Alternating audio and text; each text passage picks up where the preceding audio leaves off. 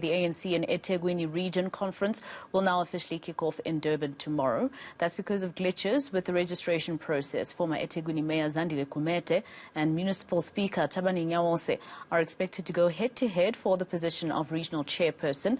eNCA senior reporter Avu Mdila has more for us in terms of developments. Avu, I assume those, or rather Siphamandla Goge, excuse me. I know that I can see those delegates who are behind you. I'm assuming they're there for registration, etc. But I'm interested to know if you are aware where Zandile Gumede is. I mean, you've already spoken to the person that she's going head-to-head with earlier. Are we going to get the chance to hear from her?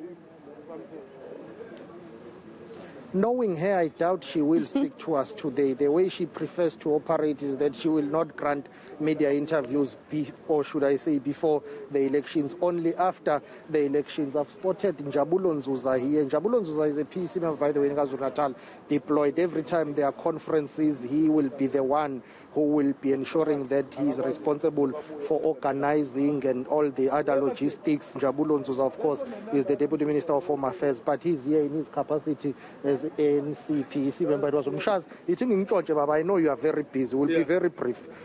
Talk to us about the logistics. How is the registration going? We were told that the conference was starting officially today, but we've been told that it will be officially opened tomorrow. How is the registration process going?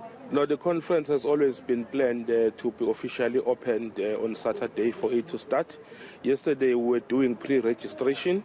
We have registered more than 95% of the branch delegates. Today we are just going to be running a process of issuing out accreditation, which means those that have been registered yesterday, verified against all the reports, they will then be issued with tags today, which will then allow them access into the conference tomorrow. The very same list will then be able to give us the credentials report, which will then be presented at conference.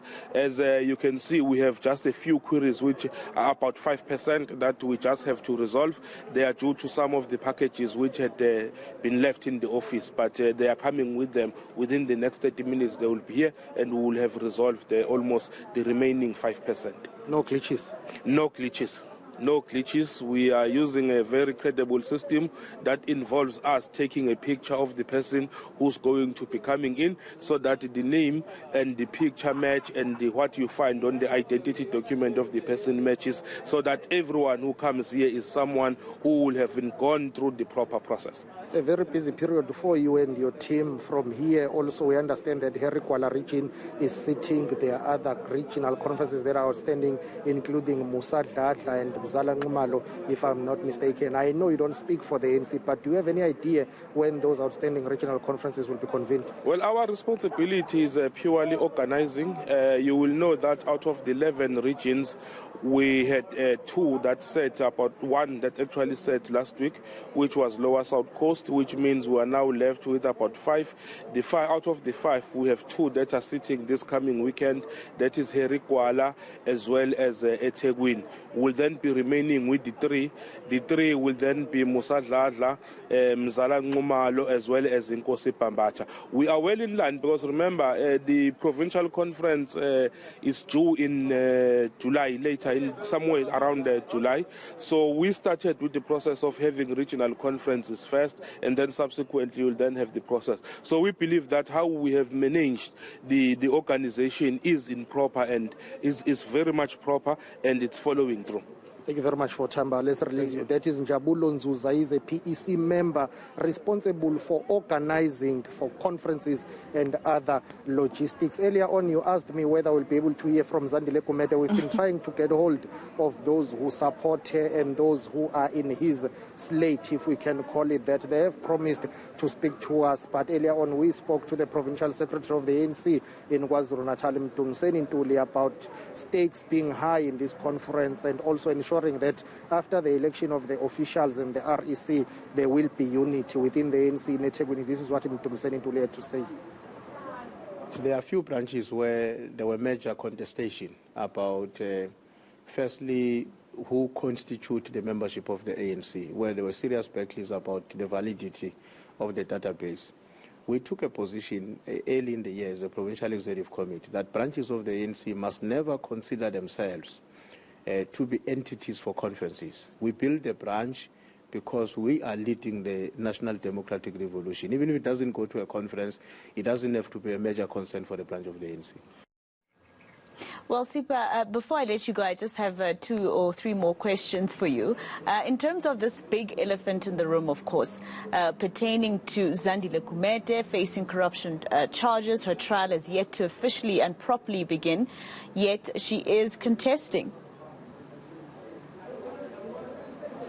That's simply because the guidelines of the ANC and the resolution on step aside, they are very mute on what should happen to those who are charged. They are not saying they shouldn't contest at all, even though there is an ongoing debate that has been introduced by the president of the ANC, Cyril Ramaphosa, whom, when he was addressing the extended provincial executive committee meeting of the ANC in the Eastern Cape, Umtata, said the ANC, NEC and ANC delegates, branch delegates, they need to think hard about how they can work around the issue of those members and leaders who are charged wanting to contest for positions of power, because the guidelines right now and the resolution of the ANC does not say anything about a person who is charged not contesting. It has happened in KwaZulu-Natal, where the regional chairperson in Emalahleni region in Newcastle, Dr. Ntutuko Junda Mahlaba, contested while charged. He won the conference but had to step aside immediately.